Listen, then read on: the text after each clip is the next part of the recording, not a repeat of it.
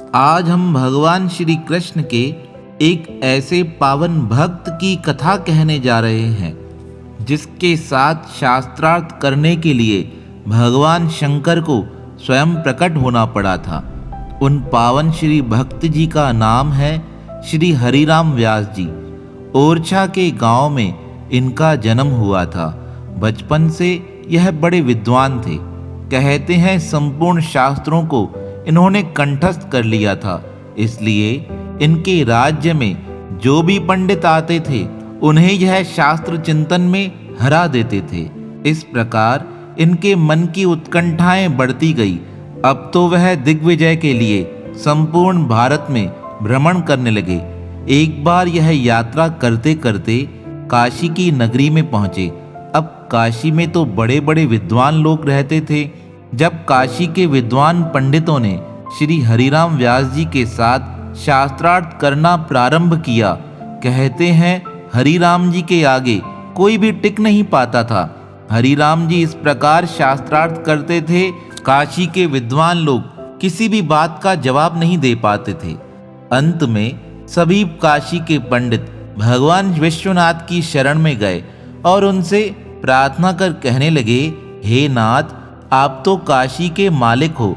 अब आपको ही काशीपुरी की मर्यादा की रक्षा करनी है।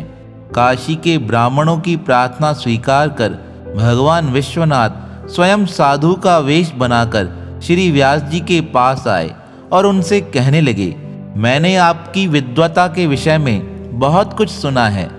मेरे मन में एक जिज्ञासा है, क्या आप उस जिज्ञासा का समाधान कर सकते हैं? तब श्री हरिव्यास जी कहने लगे, आपको जो पूछना है आप पूछ सकते हैं, अवश्य पूछिए। तब साधु का वेश धारण किए भगवान शंकर जी श्री हरिराम व्यास जी से पूछने लगे, मुझे बताओ विद्या का फल क्या होता है? तब हरिव्यास जी ने उत्तर दिया, विद्या का फल होता है विवेक की प्राप्ति। तब शिवजी ने पुनः पूछा, क्या आपने विद्या पढ़कर विवेक प्राप्त कर लिया है? तब भगवान शंकर की यह बात सुनकर श्री हरिराम व्यास जी विचार करने लगे। वह सोचने लगे, यह साधारण सा साधु मुझे क्या समझाना चाहता है? तब भगवान शंकर पुनः पूछने लगे, क्या तुम शास्त्रार्थ करके ब्राह्मणों को हराने में विवेक मानते हो? क्या किसी को अपमानित करना विवेक का फल है? तब साधु वेशधारी भगवान शंकर की बात सुनकर श्री हरिराम व्यास जी उन साधु के चरणों में गिर प्रणाम कर कहने लगा, हे नाथ, मैंने बड़ा अपराध किया है। मुझे तो घमंड हो गया था। मुझे लगता था मैंने इतना कुछ ज्ञान अर्जित किया है, मैं उस ज्ञान के माध्यम से संपूर्ण भारत में अपना वर्चस्व स्थापित करना चाहता था। लेकिन हे महापुरुष, आपने मेरे अज्ञान के चक्षु खोल दिए हैं। जब श्री हरिराम व्यास जी इस प्रकार साधु बने भगवान शंकर से बात करने लगे, कहते हैं तभी भगवान शंकर अपने साक्षात रूप में वहां प्रकट हो गए और उन्हें दर्शन देकर भगवान शंकर ने कहा, हरिराम व्यास, तुम अपने आप को जानते नहीं हो। तुम्हारा जन्म तो भगवान श्री कृष्ण की भक्ति के लिए हुआ है। तुम तो भगवान श्री कृष्ण की प्रिय सखी विशाखा जी के अंशा अवतार हो। अब तो तुम्हें वृंदावन जाकर परमात्मा का भजन करना चाहिए। कहते हैं इस प्रकार आज्ञा मिलने पर श्री हरिराम व्यास जी वृंदावन आकर परमात्मा का भजन करने लगे। जब हरिराम व्यास जी वृंदावन आ गए, कहते हैं वृंदावन में उनके साथ अनेक चमत्कार हुए। एक बार तो जब वह अपने ठाकुर की पूजा कर रहे थे, पूजा करते करते वह अपने हाथों से श्री ठाकुर जी का श्रृंगार कर रहे थे। श्री ठाकुर जी के सिर पर वह पगड़ी बांध रहे थे, परंतु बार बार वह पगड़ी उनके हाथों से फिसल जाती थी। जब बहुत बार प्रयास करने पर भी वह पगड़ी को ठाकुर जी के मस्तक पर नहीं बांध सके, तब हरिराम व्यास जी को क्रोध आ गया और तब वह उल्हाना देते हुए अपने श्री कृष्ण से कहने लगे, आज तुम्हें बड़े नाटक हैं, मेरे हाथों से पगड़ी नहीं बंधवा रहे हो। कितनी कोशिश कर रहा हूँ तब भी तुम मान नहीं रहे हो। इससे अच्छा है मैं तुम्हारा ध्यान करने जा रहा हूँ। तुम्हें पगड़ी बांधना सही लगे तो बांधना, अन्यथा छोड़ देना। इस प्रकार अपने श्री कृष्ण को कहकर हरिराम व्यास जी तो अपने घर से बाहर निकल गए। जब वह अपने घर से दूर जाकर परमात्मा का ध्यान करने लगे, तभी किसी भक्त ने आकर उन्हें बताया, हे हरिराम व्यास जी, आज तो आपने अपने लाला को बड़ी सुंदर पगड़ी बंधाई है।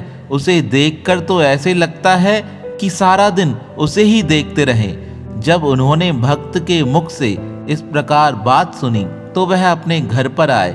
जब उन्होंने अपने भगवान श्री कृष्ण की मूर्ति को देखा तो उस मूर्ति को देखकर मुस्कुराते हुए कहने लगे, अच्छा तो आप मुझसे भी अच्छी पगड़ी बांध सकते हो, इसलिए आज आपको मेरी पगड़ी पसंद नहीं आ रही थी। अगर ऐसी ही बात थी तो मुझे पहले ही बता देते, मैं अपने आप बैठ जाता, तुम अपने हाथों से अपनी पगड़ी स्वयं बांध लेते। तब भगवान श्री कृष्ण मूर्ति से आवाज देकर कहने लगे, हे भक्तराज, यही तो आपका प्रेम है। इस प्रेम के कारण तो मैं आपके साथ रहता हूँ। इस प्रकार उनके जीवन में अनेक लीलाएं होती रही। एक बार की बात है, भक्त हरिराम व्यास जी शरद पूर्णिमा के दिन परमात्मा का ध्यान कर रहे थे। ध्यान करते करते वह ध्यान में इतना मगन हो गए, उन्हें इस प्रकार प्रतीत होने लगा कि रास चल रहा है। रास में श्री राधा जी भगवान श्री कृष्ण के साथ नृत्य कर रही हैं और नृत्य करते करते श्री प्रिया जी ने भावावेश में आकर अपनी गति को बिजली के समान बढ़ा दिया है। श्री राधा जी की शोभा बड़ी आनंददायी थी, लेकिन नृत्य करते करते राधा जी का एक नुपुर टूट गया, उनके कुछ घुंघरू बिखर गए। यह देखकर उस रास मंडल में उपस्थित सभी लोग बेचैन हो गए। सभी सोचने लगे, यह रास मंडल में श्री राधा जी के नुपुर टूट गए हैं, अब वह नृत्य कैसे कर पाएंगी। लेकिन श्री हरिराम व्यास जी तो ध्यान में बैठे थे। कहते हैं ध्यान की अवस्था में ही उन्होंने बड़ी फुर्ती से श्री राधा जी के पैरों में वह टूटा हुआ नुपुर बांध दिया। जब राधा जी को इस बात का एहसास हुआ कि नृत्य करते करते हरिराम व्यास जी ने मेरे नुपुर को बांध दिया है, तब उन्होंने साक्षात प्रकट होकर हरिराम व्यास जी को दर्शन देते हुए कहा, आज से हम तुम्हें अपने रास मंडल में आने का प्रवेश देते हैं। कहते हैं श्री राधा जी की कृपा सदा उनके साथ रही। एक बार बहुत सारे संत इनके स्थान पर उपस्थित हो गए। घर पे कुछ खाने के लिए था नहीं। तब यह विचार करने लगे, किसे कहा जाए, कौन आकर संतों को भोजन कराएगा। तभी अचानक से एक स्त्री वहां प्रकट हुई और आकर कहने लगी, महाराज, मैं आपके स्थान पर आए संतों के लिए भोजन बनाकर लेकर आई हूँ।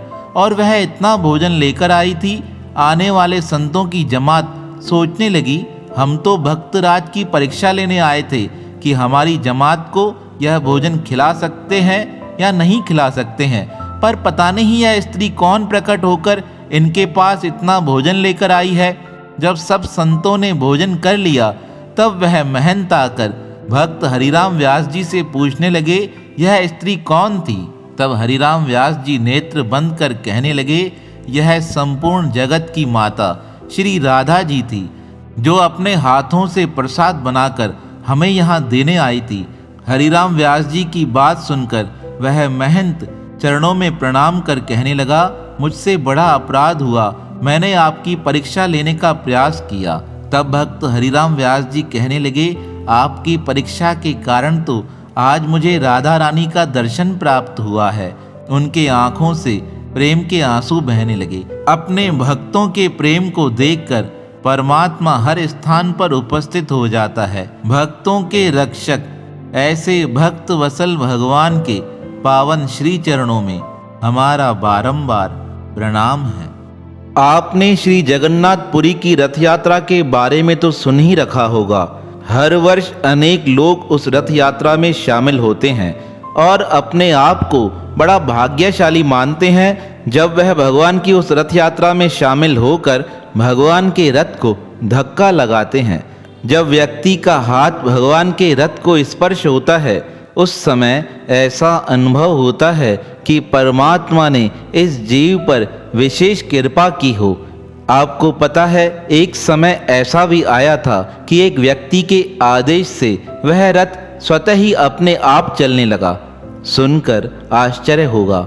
एक बार भक्त हरियानंद जी जगन्नाथपुरी के दर्शन की लालसा से जगन्नाथपुरी पहुँचे। वहाँ पर पहुँचने पर वहाँ के पंडितों ने उन्हें बताया, कुछ समय पूर्व यहाँ रथ यात्रा निकाली जाएगी। हमारी इच्छा है आप भी उस रथ यात्रा में शामिल होइएगा। वहाँ रहने वाले भक्तों की यह विनती सुनकर भक्त हरियानंद जी ने विचार किया, अब यहाँ पहुँचे हैं तो परमात्मा की रथ यात्रा में शामिल होने का सौभाग्य हमें भी प्राप्त हो, ऐसा सोचकर वह कुछ दिन वहाँ पर रुके। अब रथ यात्रा का समय आया।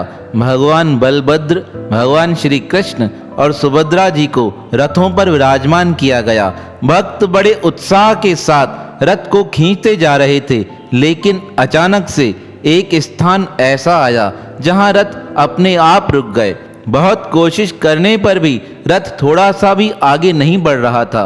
लोगों के मन में चिंता होने लगी और वहां रहने वाले ब्राह्मण विचार करने लगे, हमसे ऐसा कौन सा अपराध बन गया है जो रथ आगे की ओर नहीं बढ़ रहा है। तब बहुत विचार करते करते वह सोचने लगे, क्या हुआ है, ऐसा कौन सा अपराध किससे बना है जिसके कारण रथ आगे की ओर नहीं बढ़ रहा है। क्योंकि उस रथ की अनादि काल से परंपरा है, वह धीरे धीरे चलता ही रहता है, किसी स्थान पर रुकता नहीं है। पर आज जब रुक गया, लोगों के मन में अनेक संशय होने लगे। यह बात देखकर भक्त हरियानंद जी ने सबको आदेश देते हुए कहा, सब रथ से दूर हो जाओ। उनकी यह बात सुनकर पहले तो ब्राह्मणों ने उनकी बात पर गौर नहीं किया। वह पुनः धक्का देकर रथ को आगे की ओर चलाने लगे। पर फिर से श्री हरियानंद जी ने कहा, मैं आप सबसे विनती करता हूँ, आप सब दूर हट जाइए, यह रथ स्वतः ही चलेगा। जब हरियानंद जी ने इस प्रकार कहा, तब ब्राह्मणों ने उनकी आज्ञा मानकर अपने आप को रथ से दूर कर दिया। और उस समय एक आश्चर्यमय घटना घटित हुई, जिसे देखकर लोगों के रोंगटे खड़े हो गए। कहते हैं उस समय भक्त हरियानंद जी ने एक प्रार्थना की। परमात्मा को प्रार्थना कर कहने लगे, हे नाथ, यह रथ आपका है, इस पे रथी भी आप हो, इसे आप स्वतः ही चलाइए। कहते हैं भक्त की प्रार्थना सुनकर वह तीनों रथ अपने आप चलने लगे। जगन्नाथ रथ की एक विशेषता होती है, उस रथ में कोई घोड़े नहीं जुतते हैं, वह सारा रथ लकड़ी का बनाया जाता है। अब भक्त का आदेश मानकर वह तीनों रथ स्वतः ही 100-200 कदमों तक अपने आप चलने लगे। यह लीला देखकर सारे जगन्नाथपुरी वासी हैरान हो गए।